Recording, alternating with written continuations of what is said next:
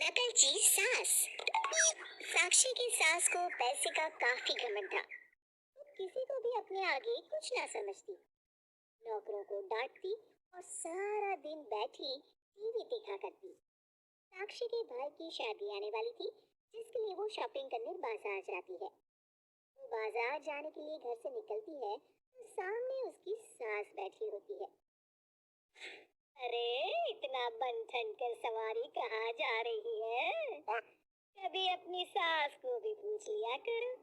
जब देखा निकल पड़ती हो। टोकती है ना।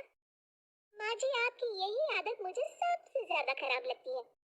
बम्बई तो जाऊंगी नहीं, बाजार जा रही हूँ। पता है ना, मेरे भाई की शादी है। अरे बहू, तुम तो बुरा मान गई। जाओ जाओ, मैं तो बस बोल रही थी कि कभी मुझसे भी पूछ लिया करो साथ चलने के लिए। वैसे क्या लेने जा रही हो? साड़ी लेने जा रही हूँ। और क्या पूछूं? सारा दिन बैठे बैठे घुटने खराब कर लिए हैं आपने।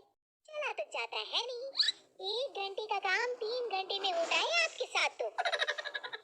सास को गुस्सा तो आता है, लेकिन फिर भी प्यार से वो साक्षी को कहती है, साड़ी लेने?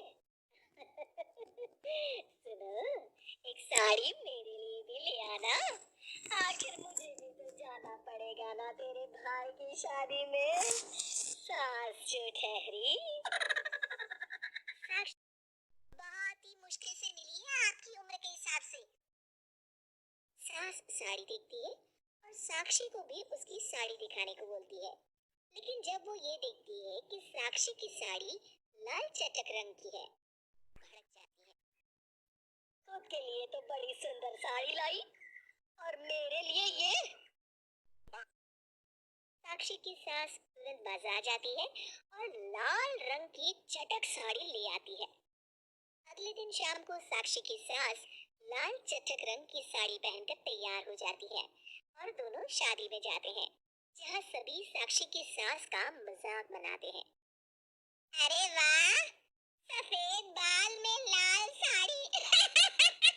बहुत जच रही है। और वो ऑफ शोल्डर होता है।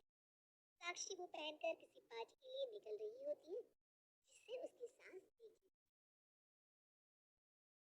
वो पहन लेती है और अगले दिन ऐसी ही ड्रेस वो भी ले आती है। साक्षी की सास वो ड्रेस पहन तो लेती है, लेकिन उसे पहनकर वो खड़ी ही नहीं हो पाती है और कमरे से ही साक्षी को आवाज देती है, साक्षी! अरे ओ साक्षी, कहाँ मर गई? जल्दी मेरे कमरे में आओ। साक्षी सास की आवाज सुनकर घबरा जाती है। वो भागकर उनके कमरे में जाती है और सास की हालत देखकर हैरान रह जाती है। फिर जोर जोर से हंसती है।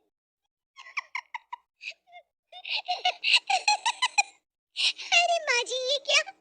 अरे बस करिए, अपनी उम्र तो देखिए।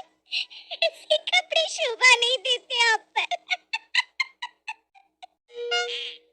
चुप रह तू, बस मुझे खड़ा कर दे, मैं जरा मॉल तक घूमने जा रही हूँ। साक्षी सास की इस आदत से परेशान हो जाती है। वो सोचती है किसी भी तरह वो माँ जी की इस,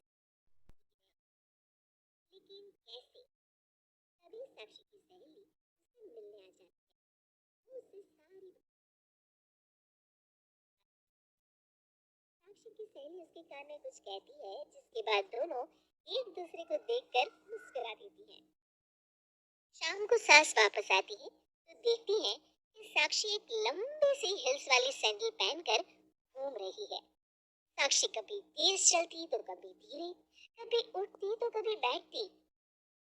साक्षी की सास अगले दिन वैसी ही सैंडल ले आती है और पहन लेती है।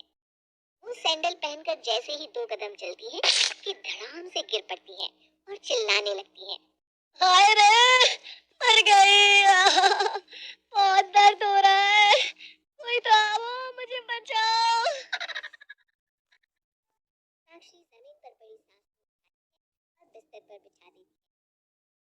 अब बस भी करिए माँ जी, आपको तो मेरी बात बुरी ही लगती है, लेकिन देखिए पड़ गए ना लेने के देने, पता नहीं कितनी हड्डियां टूटी होंगी।